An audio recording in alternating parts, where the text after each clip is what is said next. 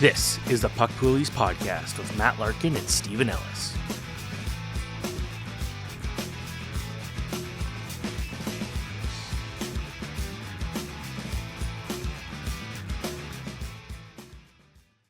Hello, everyone. Welcome to another edition of Puck Poolies presented by Proline Plus. It's Matt Larkin here, as always, with Stephen Ellis. Stephen, I know you're making a move lately in a literal sense. You got a new home. Are you all settled? It looks like it's still kind of cluttered in the background. What's going on with the move? Yeah, still trying to move a lot of stuff. I'm also dealing with a really nice window that has no blinds or anything, so it's just shining completely in my eyes.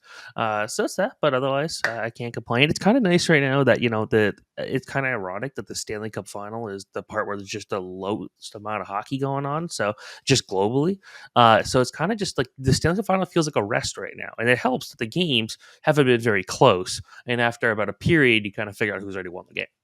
Yeah, that's true. You're right about the rest feeling because I'm always saying, oh, this is the busiest month of the year. And like it will be, but the schedule is so weird this year that it's all just going to be squished. So instead of like nonstop craziness in June, it's going to be just absolute insanity at the end of the month. When we're in Nashville, we will be, I'm sure, doing a show from Music City, but that's still a few weeks away. So we're going to dive into this episode, and we are starting to shift into off-season mode, even though, yes, there are two teams still playing once every 10 friggin' days or whatever it is. But I want to look into some burning questions as we enter the off-season, because there is a fantasy relevant angle to a lot of the movement. So that's going to be our main theme today. And let's fire off some of those burning questions. What do you got, Steve? All right, let's start with the first one. Who will be this Buffalo Sabres starting goaltender? I know it's interesting. We talked about it briefly a couple episodes ago. Or, there's Devin Levi's there, but Eric Comrie's there. Ukko-Pekka Luukkonen's there. Could they bring someone else in? I think it's going to be kind of an interesting situation for what Buffalo does. Yeah, I think it's actually a very fantasy relevant question because we know the Buffalo Sabres took a huge leap forward. They were knocking on the door of the playoffs. They were extremely fertile for fantasy hockey. They had such a great offense this year. And what they're missing is that goaltender to put them over the top. A lot of people believe that Devin Levi is that person. I think you and I both do as well. At the same time, as I've said before, you got to look at the Spencer Knight cautionary tale. You can't just anoint a prospect ready to be a star right away. You have to make sure there's some support for him as well. So it's going to be a defining move of the offseason here for Levi's future, for his fantasy value, what Buffalo does. Do you go with a tandem of Ukko-Pekka Luukkonen and Devin Levi, or is that too inexperienced? I could see Buffalo wanting to bring in a veteran to sort of form an apprenticeship with Levi as your 1B and see if he can win the job. And I know there's been some people clamoring for a Connor Hellebuyck to Buffalo trade, but if you do that, then it skews almost so far that Hellebuyck is such a workhorse. He's going to want to play 65 games, and you won't get much action at all for Levi. So I'm wondering if there's like kind of a happy medium, a different like lower level veteran maybe they could bring in. But it's a situation that has to be watched very carefully, because if Levi is the unquestioned starter going into next season, then he becomes a huge breakout candidate in fantasy. I think he won't be the starter after the first month, and that's not a bad thing. I think it's just, we've seen it a lot of times before, and including with Spencer Knight. He had a pretty solid end of the season. He was helping Canada win the World Championship. He got a couple games with the Sabres. He obviously had a great college season, so we know how good that Devin Levi can be. But he was kind of just riding the wave of the momentum. Like nothing could go wrong for him. He was doing so much in such a short span. Now he's got this long break, and then he's got his first NHL training camp, and it's a grueling start to a season he has not had to deal with at any kind of level to this extent. So I do expect that maybe it might be a bit of a slow start. And maybe, again, it's tough to know what they're going to do with the team this summer, because they do have already 3 NHL caliber goalies at minimum. Like Malcolm Subban was very good in the AHL this year. Not that I think that really goes into anything here, but you got to look at what you're going to be able to do with Luukkonen. You still have Comrie for a deal here. So you got to figure this out.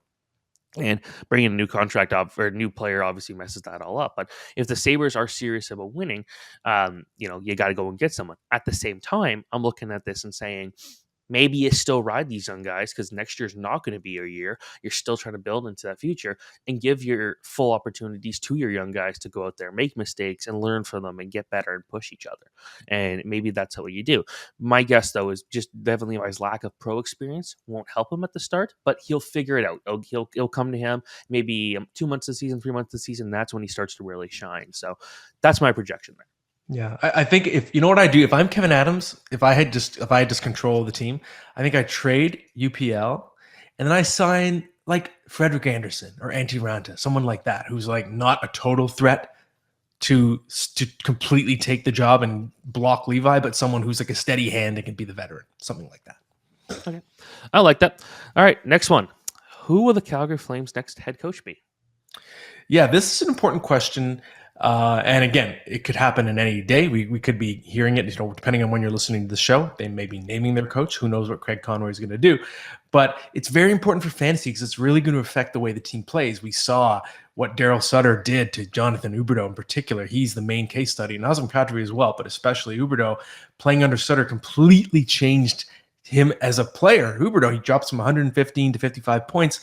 And I think if Calgary ends up going with more of an offensive-minded coach, you could see a major boomerang effect, and you could see Huberdeau go back to being quite an impactful fantasy player. On the other hand, if Calgary goes with a more defensive-minded coach, that could be good news for Jacob Markstrom. I know he had a bad year, but in a good defensive system, but I still think overall you're better off with a good defense in front of you.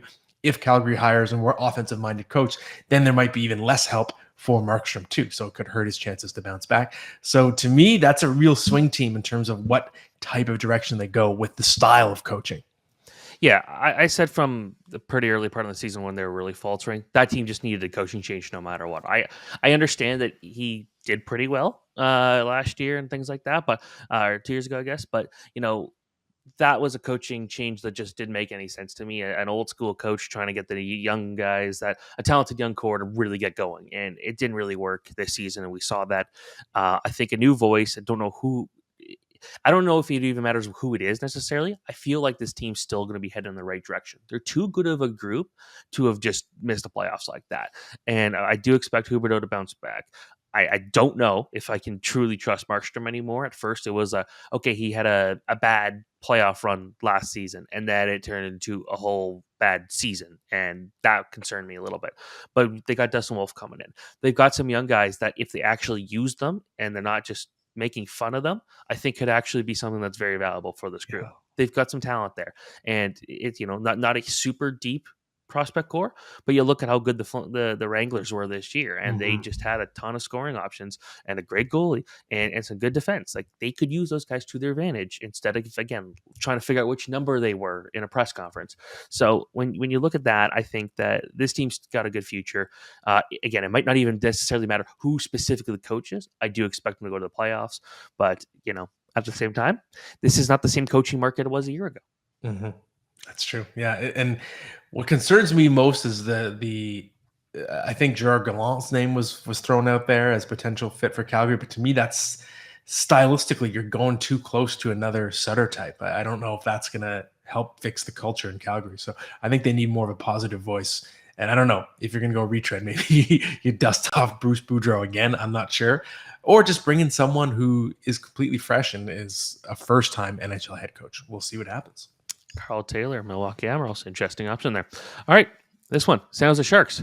Will the Sharks finally trade Eric Carlson? That was obviously one of the biggest topics of the trade deadline. Didn't happen, and he's going to be a very tough player to trade, even if he wins the Norris Trophy this year, and whether or not you agree with that. But, with him, I think that's going to be a really tough guy to move. Yeah, with Frank Cervalli's trade target board, which was on Daily Faceoff last week, he did mention that, this is the best opportunity that Mike Greer is going to get to move Eric Carlson coming off a 100-point season. First defenseman to do it in 31 years. I think it's not necessarily impossible because he's reached that peak value compared to picture what Eric Carlson's value was a year ago. He was the injury-prone guy who was completely a shell of what he used to be. Now all of a sudden it's, oh my God, he's coming off a legendary season. He was healthy. So he still actually has a lot to offer a team if he can be healthy again next year. So I do think there is a window where maybe the Sharks drop their asking price a little bit and a team finds a way to make the money work. If it's going to happen, I think it's this offseason. So we'll see.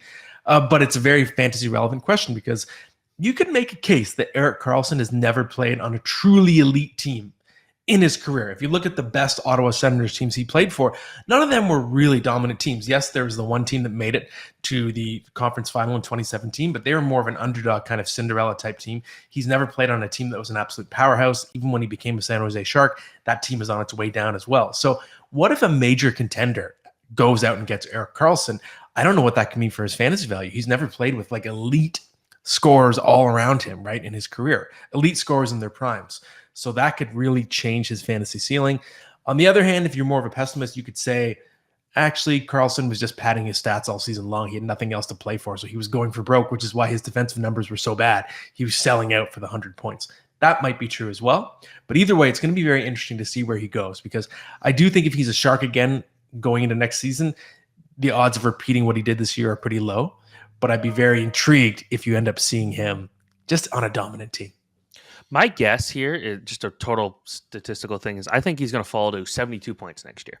And I think that'll still be really good. Again, this is a guy that played a lot of meaningless hockey this year. And a lot of times when you get meaningless hockey, you'll get these offensive defensemen that will go out there and just put up a lot of points and forget to play in their own zone.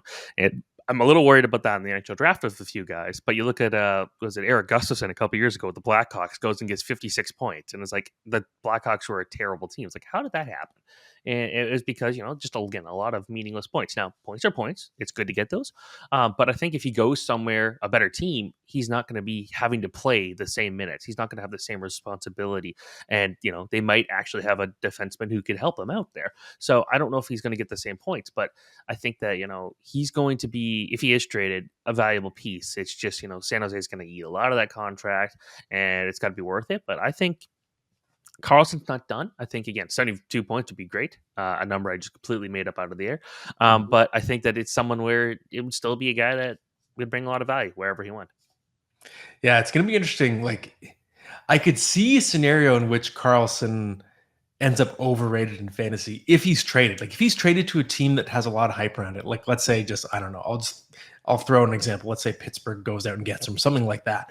Just there'll be a hype factor that I think will make him overdrafted. So that's why this is an important question. Just depending on where he goes, it's going to make him a potential landmine in fantasy drafts next year.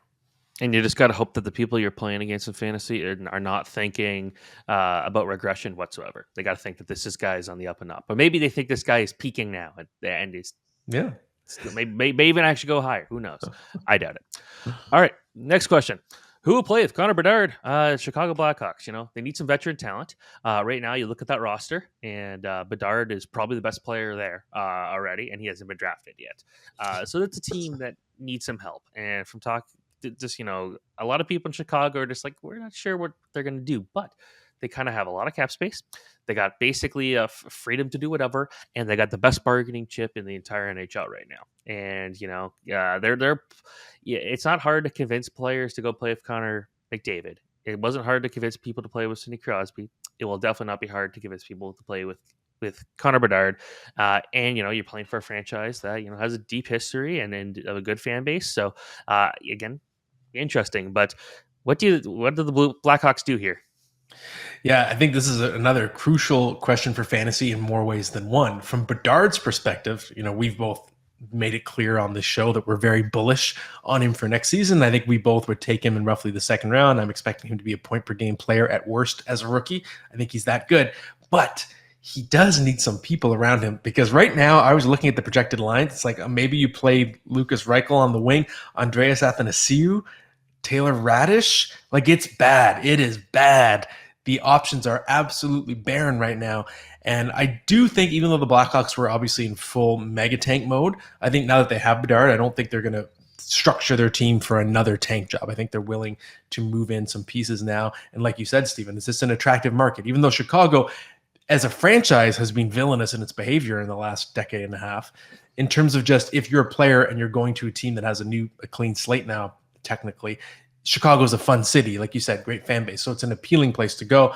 And of course, a team that's building around Bedard. I don't think Chicago's going to have too much trouble attracting players. The other side of the coin is, whichever players do go to Chicago, that's intriguing for their fantasy value, because if they end up playing with Connor Bedard, it could really spike as well. So if I just think of an example, let's say Chicago signs Ivan Barbashev.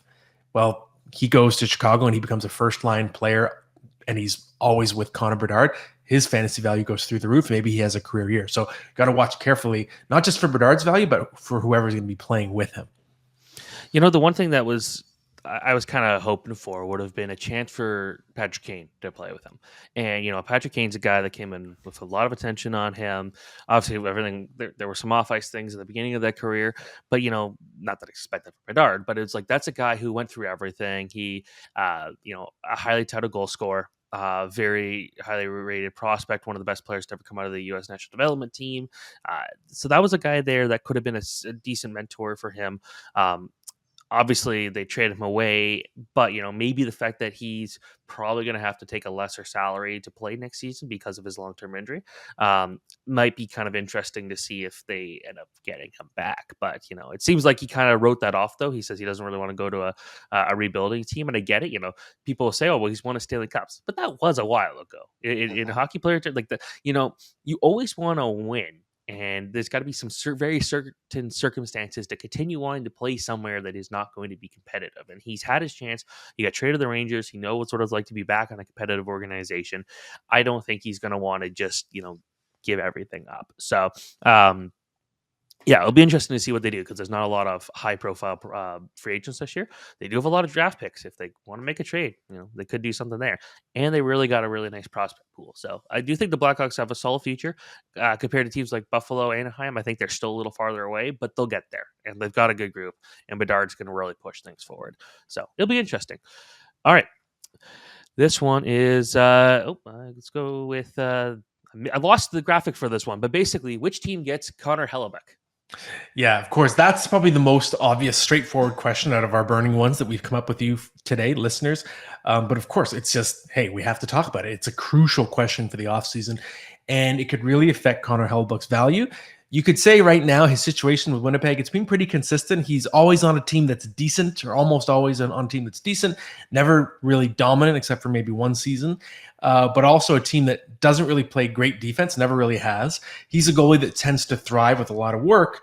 So where he goes next, it could change his value for better or worse. He could go to a better defensive team and a team that's better in the standings that could up his win total. But not every goalie likes to have a small workload. Some goalies do better when they're getting lots of shots. And Connor Hellebuyck is someone who prides himself on being a workhorse. So if he goes to an elite team defensively and he gets a smaller workload, it actually could affect his rate stats. He might not be as sharp. So there's kind of a give and take there.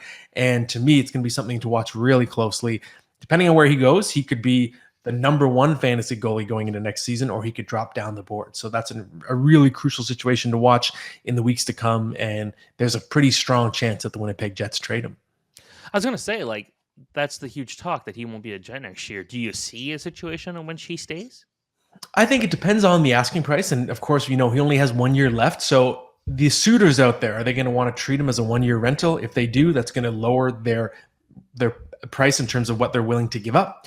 And is Hellebuyck willing to sign an extension after a trade? That would affect the price. That would drive the price up a lot. Teams have to pay more to get him. So there are a lot of moving parts there. It's not like he's guaranteed to be under team control for the long term. And that could be part of the process of making a deal happen. So I don't think it's a guarantee by any means. There's a chance that Winnipeg goes into next season and they have him, and then he ends up being a big time rental at the deadline. That said, renting starting goalies at the deadline is usually a dangerous game to play. Often it can take a goalie a while to get a rhythm with his team, with his defense. I know that's what happened famously to Ryan Miller in St. Louis. There are exceptions, of course. Joonas Korpisalo was really good after the deadline, but he kind of lost it in the playoffs. Overall, though, typically you're better off having your starting goalie from the beginning of the season because you got to build that chemistry with your defense core. Yeah, I agree. And the other thing about it is, goalies are a huge risk. And I don't feel like because of that, Winnipeg, if they trade him, is not going to get the full value out of him. You look at him last year or this season, he was great, awesome season. The year before that was not so great. He's had this, back and forth thing from time to time. Statistically, his I know goals against average is not a great stat, but it's that's never been a strong suit for him. Save percentage, it's kind of up and down from year to year, but we do know that when it comes to big game goalies, when it comes to guys who can just play a ton of games and get the job done, he's one of the best goalies in the league. He's kind of old school like that, and a guy who can still play 60-ish games and still be pretty good. But there's just so much risk around, trading for a guy like that. He's 30. How many more good years does he have? If it's for 1 year, I don't think it matters. But it's got to be a team that's really ready to go and ready to take that next step. And, I almost wonder, could that be Carolina? It could be. And I wrote about that yesterday. Again, I'm going to keep plugging our stuff. There's a story on Daily Faceoff on potential fits for Hellebuyck. The Carolina Hurricanes are on there. I personally think they're better off chasing it forward, but yes, they're going to have the vacancy with Frederik Andersen and Antti Ranta, both technically UFAs right now. They're going to have to pair someone with Pyotr Kochetkov next season. So theoretically, there's a chance it could be Hellebuyck. I will say too, I think that Hellebuyck's game is very much built to age well. It's the opposite of, let's say, a Jonathan Quick, who relied on his athleticism. Yes. And I spoke to Hellebuyck this year, did a story, an interview with him, and he talked about the idea that he's, like, in his own opinion, the least flexible goalie in the league. He relies so much on smarts and positioning. And as he put it, I'm going to paraphrase here, but he said something like, if you look at the saves I make on highlight reels, it's not like I'm making these crazy stretching saves. He's already arriving at the right place. So that's very much Ed Belfour-ish to me, and that's a goaltender who aged unbelievably well, was still good like when he was 40 years old, right? So I think Hellebuyck's profile is that of someone who can be good for a long time.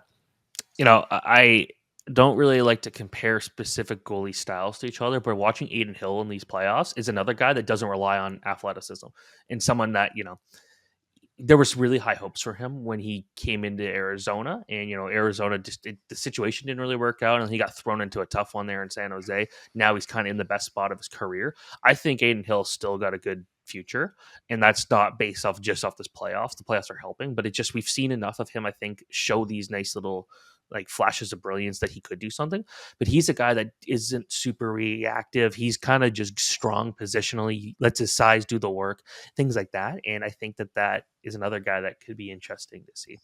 All right, last Brandon question here: will the Boston Bruins' top two centers retire? And that's an interesting one with David Krejci and Patrice Bergeron. It was unsure that either of those two guys would even be there this season. It seemed like this is it. Like, let's see what they could do.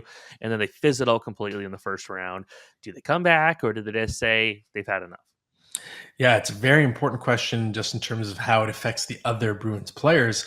Of course, they were thrilled to get Patrice Bergeron back for another season. He's probably going to win another Selke trophy. And I think David Krejci returning after his 1-year hiatus in the Czech Republic was crucial because it gave Boston that deadly second line. Great chemistry with Pavel Zacha and David Pasternak. You formed the Czech line. Boston was able to break up the perfection line and have really two excellent scoring lines. And it led to just so many Bruins forwards that had good fantasy value this season. But if you don't have even one of them or both of them, then what's the support system going to be for David Pasternak, for Jake DeBrusk, for Taylor Hall? It goes on and on. Pavel Zacha maybe has to move to play the center position. I'm not sure. Does Charlie Coyle have to move up the lineup? Do the Bruins have to make a trade for a JT Miller, a Kevin Hayes? We'll see what happens. But I think the fantasy value of the wingers in the Bruins lineup really hangs in the balance of what they do with their center position this offseason. Yeah, and I think, there's a couple questions about what this team does after this year. And, what do they do with goaltending? And if these two centers leave, does that kind of spice things up? Does that change how this team looks going forward? So, is this, like, I don't know, I don't want to say rebuild, but there's been some people wondering, like, if those two centers go and you don't get a chance to replace them, do you have the depth to continue going? Was this truly a one and done? Like, now we have to really restart things? I don't think so, but, like, I don't know, that's something you got to consider, right? I think so, yeah. And I mean, I'll forever be roasted for the take because last year I did like Bruins for Bedard, but that was before. Like, I don't think they had traded for Zacha yet, and Bergeron and Krejci had not resigned, and Marchand was injured with having surgery. So was Charlie McAvoy. But again, you could be in a situation this summer where, like you said, you lose your top two centers, and it's not like Boston has a robust farm system. You have Fabian Lysell, but there's a big drop off in terms of farm talent, and that's just the way it goes. It's a cycle, right? You're a dominant team for a long time. You don't have as many high-end picks, and you don't have as much help coming, right? So if the Bruins veteran leadership group kind of crumbles, yeah, there's not a lot of help coming from within. So to me, they're a team that has quietly a wide range of outcomes this offseason. Okay, I guess that's that for our burning question. So you want to do tip of the week? Let's do the tip of the week. So we're going to stick with the offseason theme. And you hinted it already on the show, Stephen, that the UFA class of 2023, it's weak, man. It's one of the weaker crops I've seen in a long time. And it's funny, our pal Frank got a lot of heat earlier in the season when he did a preliminary list, and Michael Bunting was the top UFA. People are like, oh my God, what are you talking about? And his answer was like, hey, who else? Who's going to get paid more? And maybe the values have shifted a little bit. Bunting obviously had a rough playoffs with his disciplinary problems, et cetera, et cetera. The lists have shifted, but overall, it's a weak crop. And to me, this is advice for if you're in a keeper league. If you have anybody who's a pending UFA who's relatively prominent, so let's say Michael Bunting, Vladimir Tarasenko, could be Tyler Bertuzzi, Damon Severson, I'd consider selling high on all of them because I would say none of these guys are needle movers that necessarily are going to have dominant years if they go to a new environment. I just think there's no guarantee they're going to maintain the current fantasy value that they even have. So Michael Bunting's a good example, right? He spent a good portion of his time with the Leafs playing with elite players. He's got that name brand now as a former Leaf, and maybe he goes to a weaker team where he's going to play higher in the lineup, but his line mate quality is going to go down. So if you're in a keeper league where you're allowed to make transactions during this time of the season, I would consider selling high on pretty much any UFA. That also includes someone like Tyler Bertuzzi, coming up fresh off a great playoff run, but very injury-prone player. Depending on where he signs, he might not necessarily be playing high in the lineup. So again, I'd be careful. I would sell high on almost every UFA. Okay, I like that one. Now let's just take it from a journalist's perspective here, because obviously you've covered a lot of free agencies and a lot of trade deadlines. I guess for an average person who's maybe watching out in their backyard, maybe they're swimming, maybe they're just kind of following along on their phone and they're at the beach, especially here in Canada, this year being on Canada Day again. I guess, what's your view of covering a day like that? Is it fun? It's a lot of signings, a lot of change, but it's also, really busy. I think that free agency day is, you could argue, more intense and more predictable than trade deadline day. Deadline day, there's just the unknown factor. You don't know how many deals are going to happen, and they come in waves, and then it could be really quiet. Whereas free agency day, at least going in, there's guaranteed action. There will be lots of signings. That's the way it goes. Players have to find new teams. So I think it's a much safer bet in terms of if you're sitting at home to watch the coverage that day. Free agency day is a better bet because you will get players signing. You also get players signing extensions. That's the sleeper element, because you got guys like Austin Matthews that are eligible July 1st, signed extensions. So often you get big name players signing their deals on July 1, and sometimes you get trades on July 1st too. So to me, I think the trade deadline gets a little bit overrated, and I think July 1st actually gets a little bit underrated in terms of the action. I agree. This trade deadline this year was extremely boring, but I liked it that way. But it was the lead up. It was those 2 weeks of you don't know if someone's going to be traded, and you always have to pay attention. And trades will happen at stupid hours. Unlike free agencies, we know we're not going to see a player sign with a different team at 4:00 in the morning, because that's impossible on the day of the starting it. But the good news about free agency is the first day is super busy, and then it dies off. And by July 4th, everyone's gone. It's done, and that part's kind of nice to a point until we get really bored in the summer. But I'd say so. Yeah, it's there's two different ways of looking at it. Like for it's definitely, I think it was nice when it wasn't on July 1st. It was nice when it was kind of a completely different day, because you could spend the holiday here in Canada doing things with family or friends, whatever. Especially if they're all going out and doing stuff. Especially last year we're starting to things are starting to open up again. It would have been nice to do things, and it was good. But this year it's just kind of like it's. The fact is that there's not a ton of free, a super exciting free agents might make trades more interesting. So I think there's some interesting elements to a year where it's not a huge market. And I'm happy that the early, from a work standpoint, I'm happy that the early negotiation window was removed, because now you don't have that crazy leaking bonanza. Whereas when the early negotiation window was happening, basically before noon on July 1st, you just had every major signing was already leaked. Which was nice, though. That was nice. You could pre-write it. Yeah, I guess you got it right. It's for the non-journalists here, being able to pre-write things is really nice. Yeah, that's fair. That's a good point. Yeah. So I guess there's pros and cons. Yeah. But at the same time, there's so much to track right away. And then when it was the negotiation window, and then it all happened 5 minutes into free agency, that sucks. Oh, that was an unforgettable day. I remember because we had a couple guys at the Hockey News who were off, and it was me and one other guy at the time. The first year that they did the early window, and no one knew what to expect. And it was I remember I just didn't go to the bathroom for 4 hours at one point, and I was my bladder was killing me because I just couldn't stop typing. Yeah, it was crazy. Yeah, depending on my Wi-Fi, I'll be doing it by the pool to this year, so we'll see. All right, I guess that's it for all those questions, and it's time for best bet. Yeah, the best bet. Obviously, our options are relatively limited. You got 2 teams left playing right now. And I'm going to do something a little different here. So the odds have been changing, so you'll have to check Proline Plus, whether it's the app or going online. But there has been this week an ability to bet on not just the series winner, but the series winner and the number of games. And you know what? Based on what I've seen the first two games, I kind of like the idea of betting on a Vegas sweep at this point. I think the Florida Panthers are out of steam. I think this is a team that has been outplayed by its opponent for a lot of this postseason. It was relying a lot on goaltending. I said last week on this show that the 10-day layoff was a big problem because you're going to lose the momentum you got from Sergei Bobrovsky. And so far, it does indeed appear that he's turning into a pumpkin. I think that momentum is lost. And the Panthers, to me, look exposed. I think Vegas looks like a far superior team. And yes, they've won both their games at home, but it's not like the Florida Panthers are known for their powerhouse home ice advantage, right? So I don't know. I just get this feeling that Florida looks outclassed in the first couple games. And you have this happen. Like, I haven't done the math, but I wonder if historically there are more short series in the Stanley Cup Final compared to other rounds. I just have a lot of memories of short series in the final because you just have two teams that haven't faced each other much during the season. You have no idea how to really value them until they go up head-to-head against each other. And so far, I think this Vegas looks like a much superior team.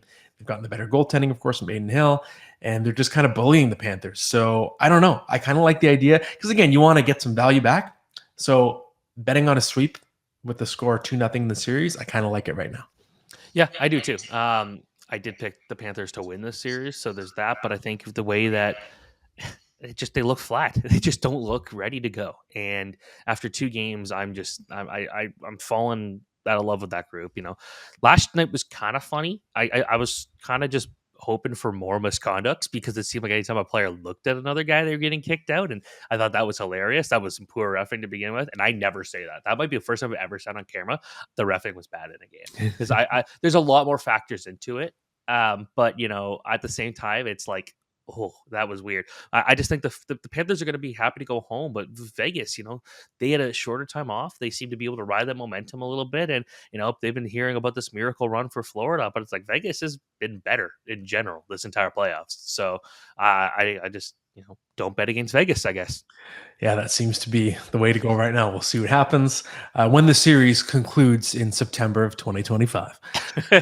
Now, a word from our sponsor. Proline Plus is not just another sportsbook, being the only sportsbook that gives 100% of the profits back to Ontario. Proline has been your local trusted sportsbook for over 30 years, now offering Ontario sports fans more ways to play in-store, online, or take the game on the go with the Proline app. With your favorite sports and events right at your fingertips. Download the Proline app and bet in-app with Proline Plus today, or head over to prolineplus.ca to learn more.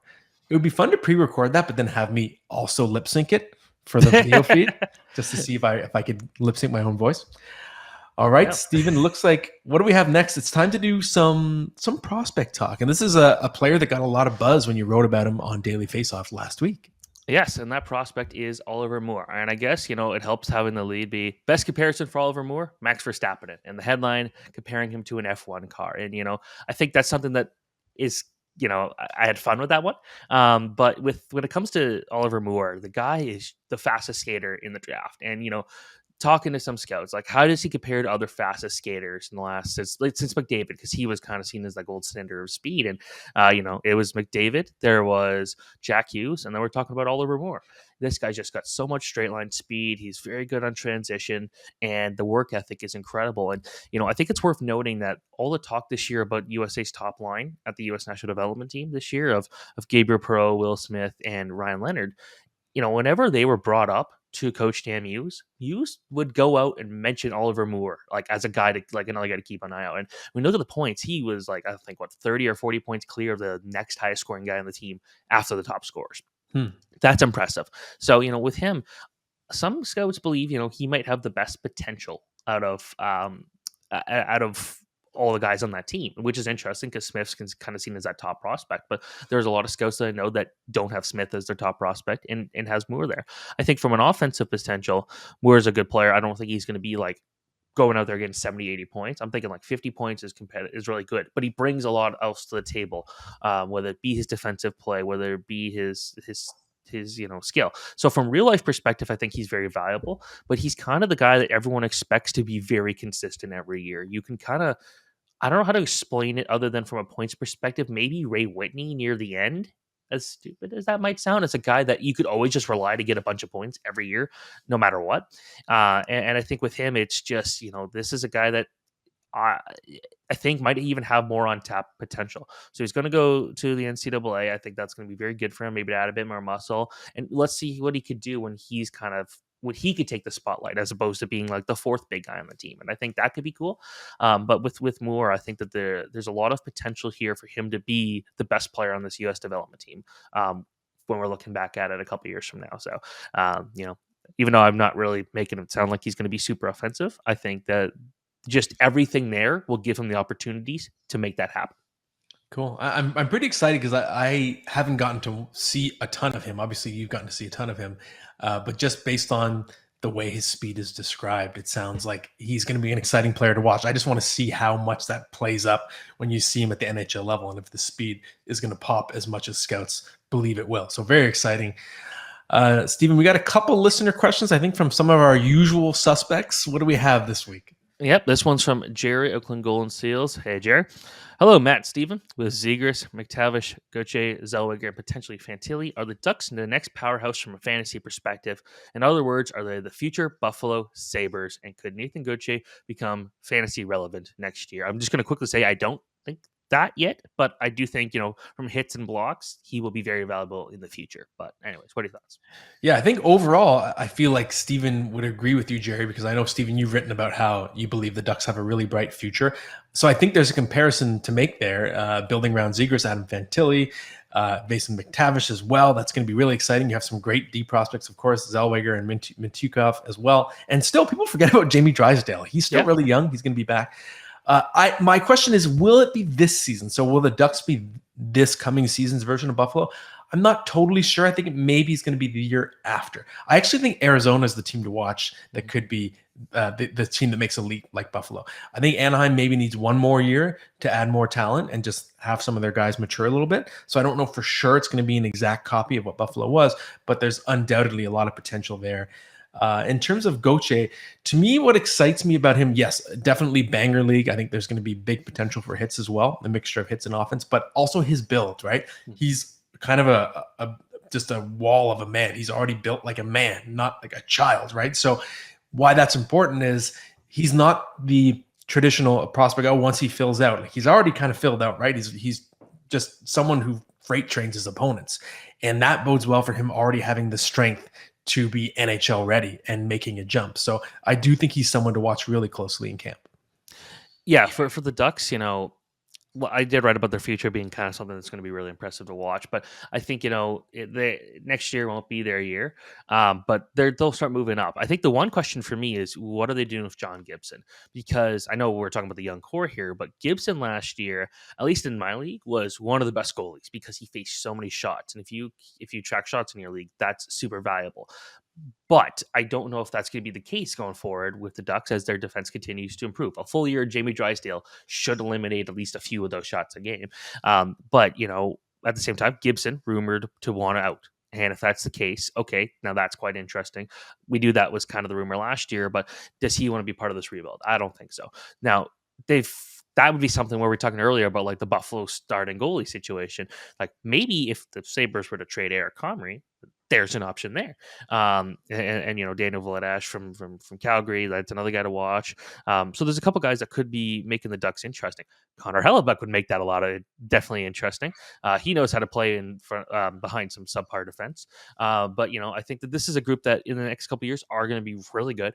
I think that they're definitely closer than Columbus or Anaheim, or sorry, Columbus or Chicago at this point. I think Chicago's got a good prospect pool, but it's going to be they need a lot to make that work, as well as like with Anaheim, Troy Terry came in a couple years ago and was supposed to be this big part of the future, which included Max Jones, Maxime Comtois, and Sam Steele.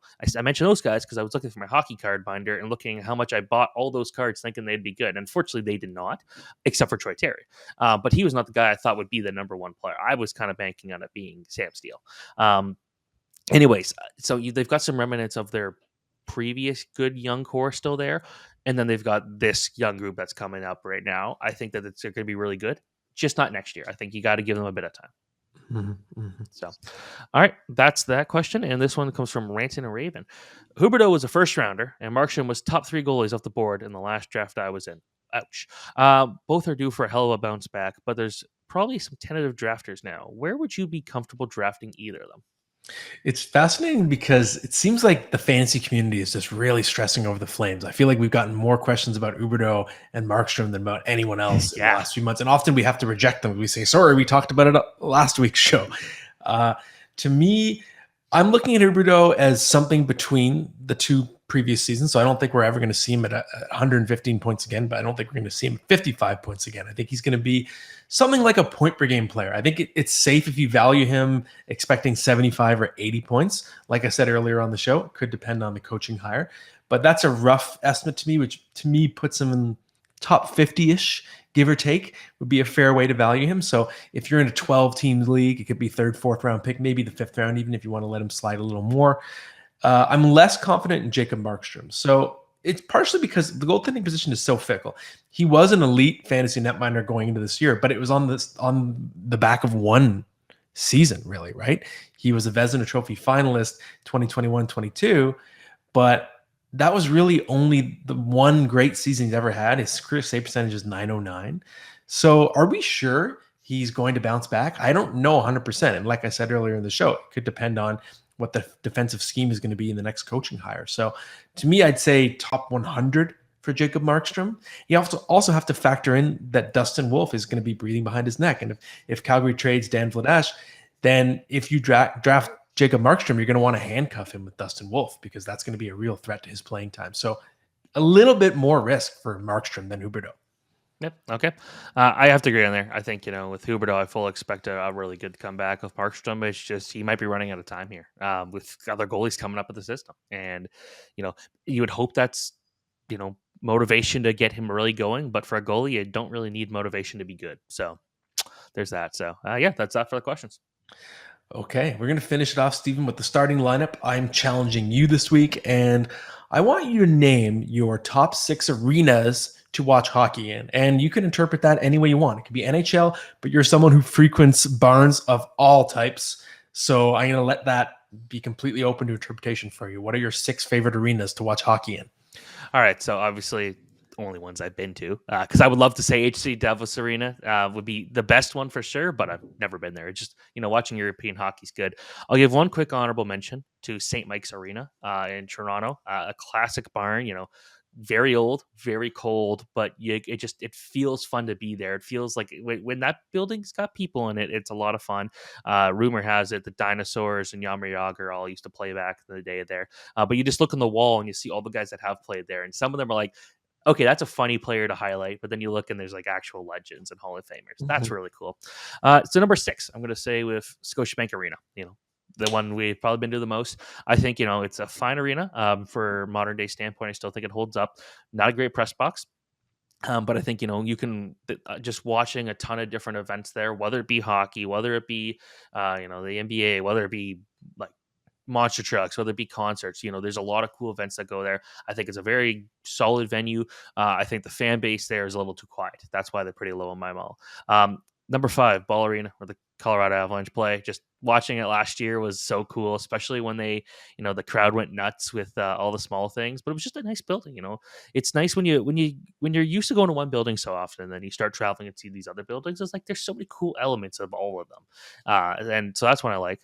Number 4, KeyBank Center in Buffalo. I'll be there in a couple days for the draft combine there in the Lacombe Center.